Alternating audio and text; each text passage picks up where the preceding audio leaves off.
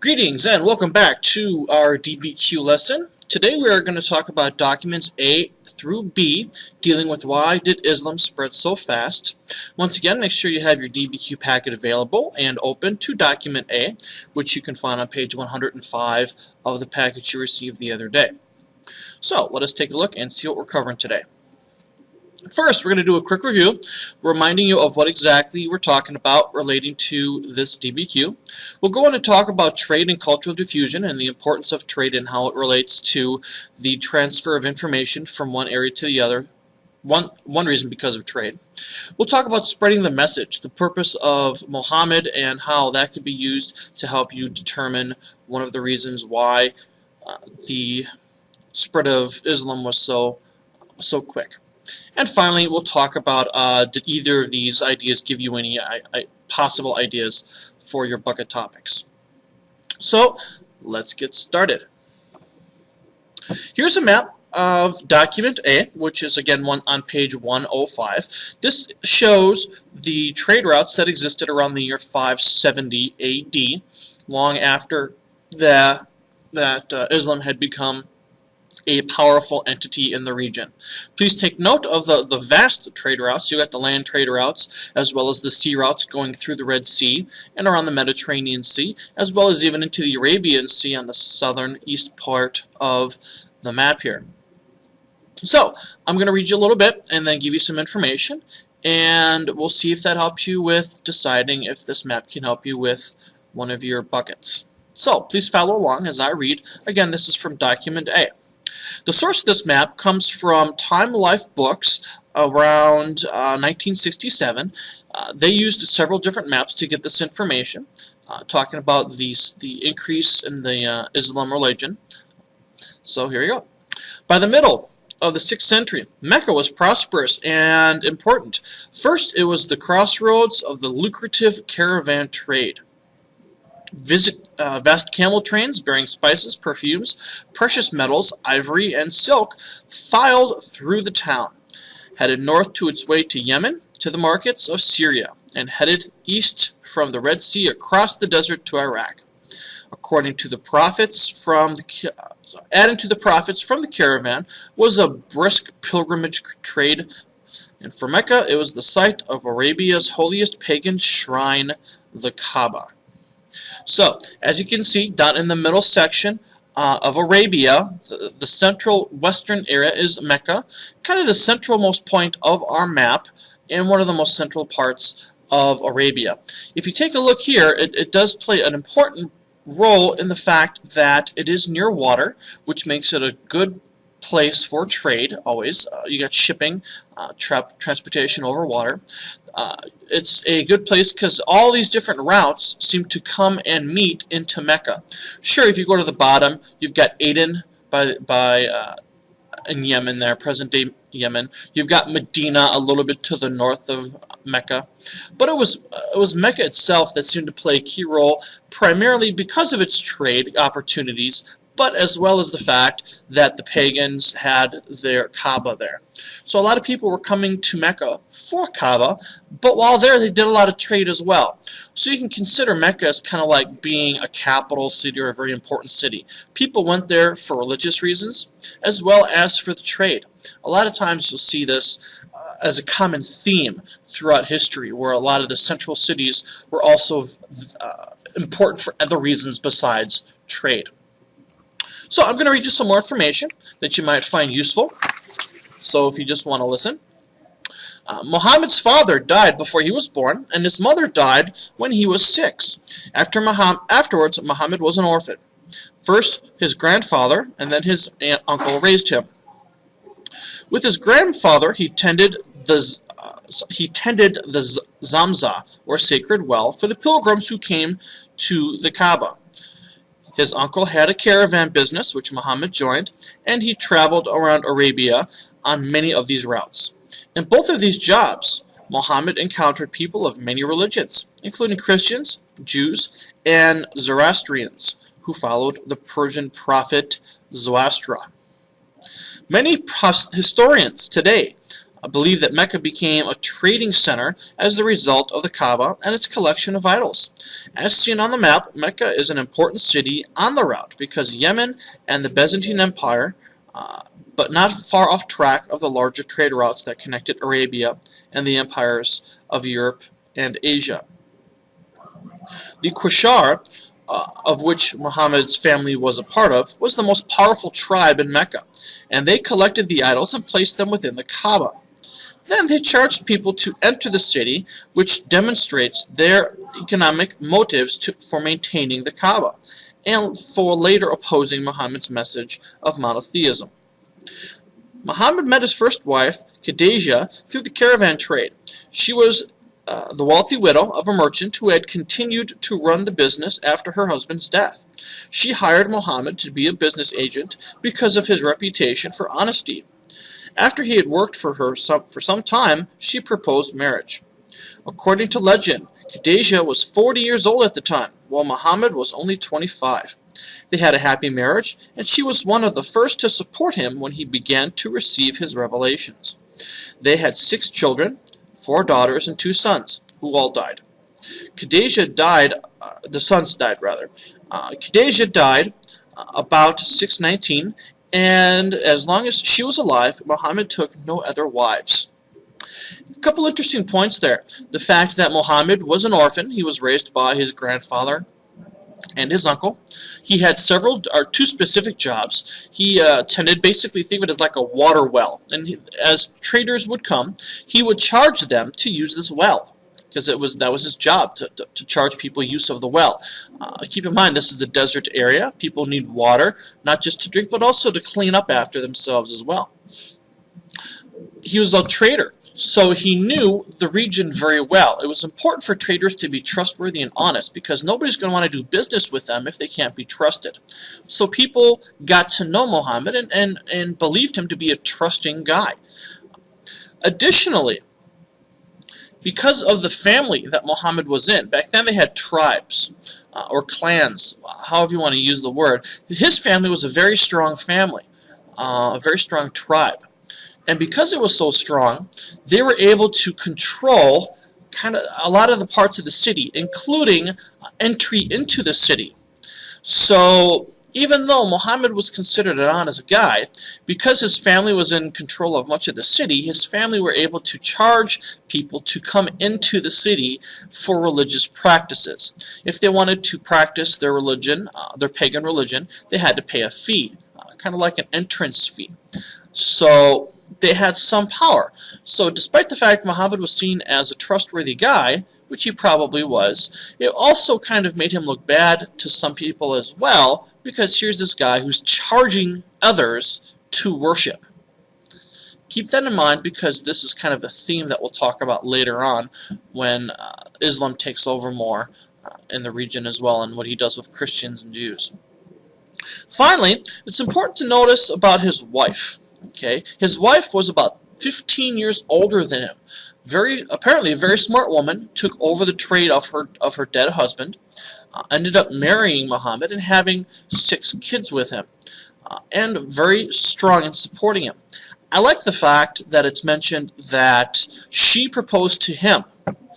Normally it's usually the guy, the head of the house, that would propose to the woman. So because she was older, kind of his superior, it's kind of to say that she took the initiative to lead him into what she wanted.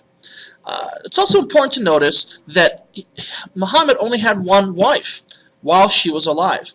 If you go into Islam culture today, it's not uncommon for them to have multiple wives with today's expectations of an Islam male. So it's interesting that he had only one wife during this time period, when even today the Islam religion preaches that it's okay to have multiple wives.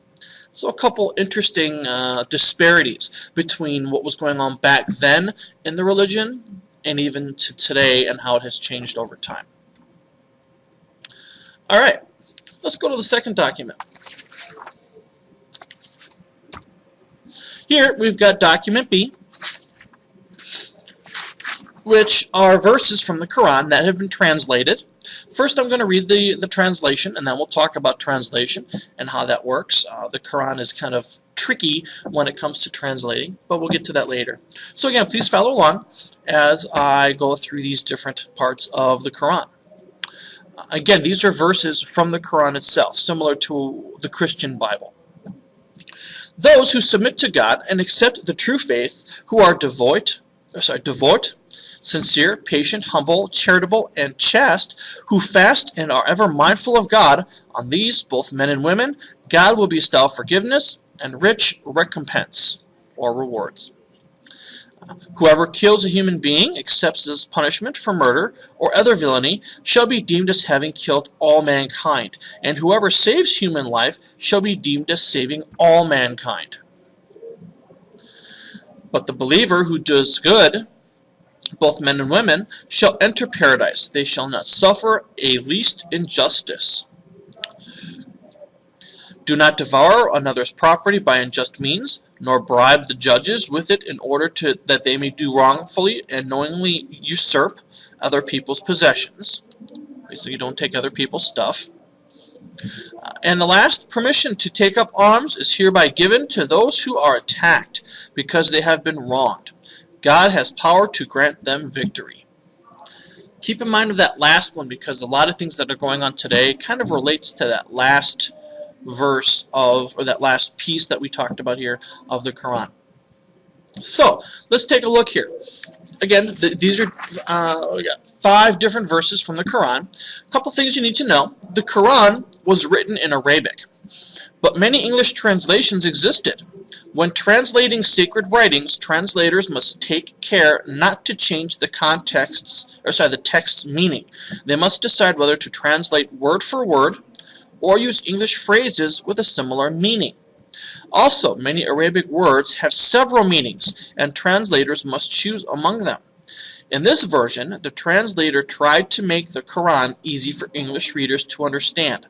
It is not an exact translation. So when we are reading English versions of the Quran, or a lot of other different books that have been translated, you need to realize that it probably is not an exact word-for-word translation. It is usually done on phrases that everyday people can understand. Another thing to also be aware of when it comes to the Quran, you see these numbers at the bottom of each phrase. They are similar to what we have in the Bible. We have names of books, we have chapters, and then we have verses. Similar with the Quran, except the fact that they don't have what we call chapters and verses. They have things that are called surahs, which is the first number, and verses after that. This is how they reference their part, or their holy book, so that you can reference it and get to these particular passages quickly and easily and reference them. So keep that in mind as well. Also, the Quran is meant to be recited in Arabic. Some people actually say that you can't really understand it unless you are studying it in its real form. As the legend goes, the Quran was written in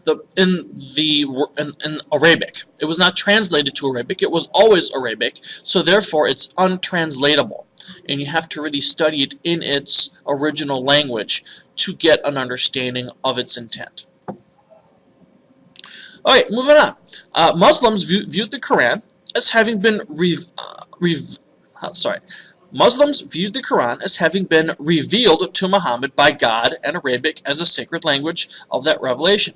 Therefore, Muslims believe the Quran is untranslatable and should be studied in Arabic, what I just said. We chose this translation because it's the easiest for students to read. This translation uses the term God instead of Allah. It clears up any potential confusion by explaining that God is the Arabic word for that Allah is the Arabic word for God. Muslims use Allah to refer to the same all-powerful God that Jews and Christians worship. So as we talked about, it's the same deity, the same God that Christians and Jews believe as well. It's just a different name for him. Okay? Muhammad received revelations until his death in 632. During his lifetime, his followers memorized these these recitations, and some were even written down. However, after Muhammad's death, different recitations of the text emerged. Most Muslims agreed that the definitive written version of the Quran was compiled during Caliph Uthman's reign of 644 to 656. Caliph is the term that they use for kind of like leader or holy prophet of the Islam religion. So they believe that the Quran was actually finished being written down during this guy's reign, long after, or about 20 years after that Muhammad had been already dead. Sometimes the Quran is spelled with a K, like K-O-R-A-N. These different spellings are a result of the way the alphabet is translated into English. It is also why you might see Muhammad with a U and Muhammad with an O, or why Kaaba, which has the K-A apostrophe B-A, as Kaaba, K-A-A-B-A. It's all in the translation from Arabic to English. A little bit of background information there. It is often incorrectly assumed that Islam spread so quickly because Muslims forced people to convert. Although this has sometimes happened, the Quran forbids this practice, especially in regards to the people of the book. This phrase refers to the Christians and the Jews, whom Muslims viewed as part of the greater monotheistic community who worship the same God. When people of the book came under Muslim rule, they could choose to convert voluntarily, or they could pay a tax called a jaza. If they choose to maintain their religion and pay the jaza, they were granted certain religious and political rights and protections, which we'll talk about in document E. So although there is some truth to the fact that as Islam's continued to conquer different parts of the Middle East and eventually into Europe, for the most part, they left people alone to practice whatever religion they want. The common religions, again, back then were Christianity and Judaism back then. If you were either one of those two, you could continue practicing those religions. You might be taxed in order to keep practicing, but they didn't really care. And if you paid that tax, you were given certain protections because you paid that tax. This served a couple different purposes.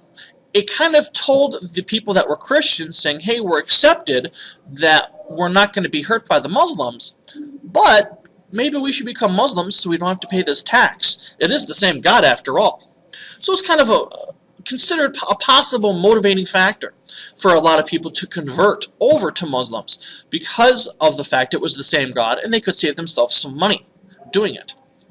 So keep that in mind also, and looking at document B as a possible source for your buckets as to why Islam spread so quickly. Maybe it was this message. If you look at the different 5 items that are on our list, these things seem pretty understandable, right? If you are humble, charitable, and chaste, God will bestow forgiveness and riches upon you. If you're a good person, you help other people, you're humble, you give to charity, you're a good person and God will remember you for that and reward you for that. Sounds like a pretty good deal. It talks about some of the bad things too. If you kill somebody, except for punishment, if you kill somebody like murder, then it's like you have killed all of mankind.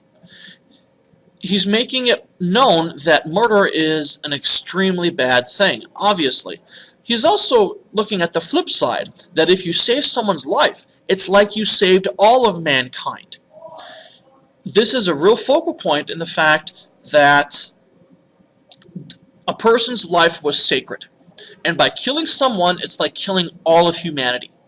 By saving somebody, it's like saving all of humanity. They put a high value on life.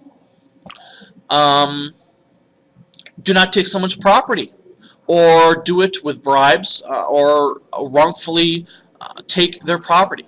Kind of like the whole do not steal thing in the Christian Bible. And here's the tricky one. Permission to take up arms is hereby granted to those who are attacked because they have been wronged. God has power to grant them victory. Some people use this verse, or some Muslims use this verse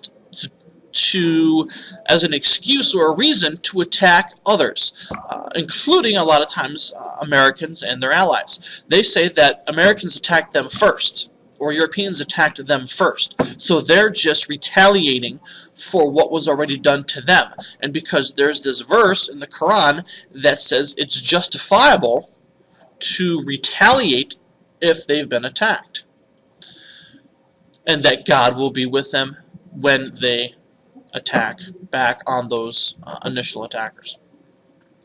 So there's a lot of things in document B that I mentioned, but when you're talking about the word or the documents itself, a lot of people looked at these scriptures and they agreed with it. This is what it took to be a good person. And obviously most people want to be a good person. So Islam itself is not a bad religion, but it's how people translate it that sometimes gets misrepresented and changes the initial meaning of what was written. Now, I don't claim to be an expert in Islam or an expert in the Quran, but I do know that as time goes on, translations change, people's ideas of what is said in a book changes, and people's understanding, therefore, then changes as well. So it's important to know that when this message gets spread, people start liking the message, and as the message spreads as well, the message might change over time as well. People misrepresent what's written. People say things that are wrong. People translate things incorrectly. So the important thing to know about document B is people would go around, they'd spread this word, and people would like what they hear. People want to be good, generally, and Islam, they believed, allowed them to be good. So, with that, we will end document B, and I hope you got some information out of this. I know I kind of went rambling a little bit, but I hope I gave you a little bit more insight into the Islam religion and into how Islam might have spread. Please feel free to use any of the suggestions that I mentioned in this video or come up with your own. You may use document A and document B as different reasons for the spread of Islam. It's up to you. But at the very least, consider them. And I hope you got some new information out of this. So, good luck, and we will see you again when we talk about documents C, D, and E, which is a different possible option you can use for your essay. Thanks again, and we'll see you soon.